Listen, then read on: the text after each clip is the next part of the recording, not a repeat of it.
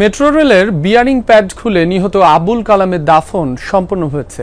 সকালে নিজ জেলা শরীয়তপুরের নড়িয়া কেন্দ্রীয় জামে মসজিদ কবরস্থানে তাকে দাফন করা হয়। শেষ বিদায় জানাতে উপস্থিত হয় স্বজন প্রতিবেশীরা। এলাকা জুড়েই শোকের ছায়া।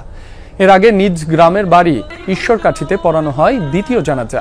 আর রোববার রাত 10টায় সিদ্ধিরগঞ্জের নতুন আইলপাড়া বাইতুল ফালা জামে মসজিদে প্রথম জানাজা হয়।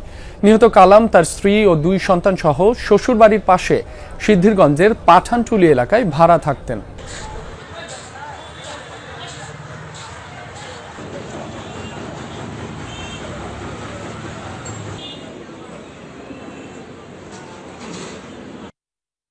যখন ওদের মসজিদ উঠবো তখন তো বলবো, বাবা কোথায়, ডেডি কোথায়, আসে না কেন, বাবা কোথায়, তুমি আসো না কেন।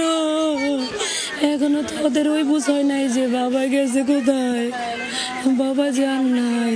এইভাবে যখন বিদায় দিব, এইভাবে যে আসবে এটা তো ভাবতে পারি নাই, আর বলাও ছিল না। তো এই যাত্রাটা খুব বেদনাদায়ক। যারা এটার দায়িত্বে আছেন তারা যদি এটা সবসময় তদারকি করতেন বা দেখভাল করতেন, এই ধরনের দুর্ঘটনা তো আছে।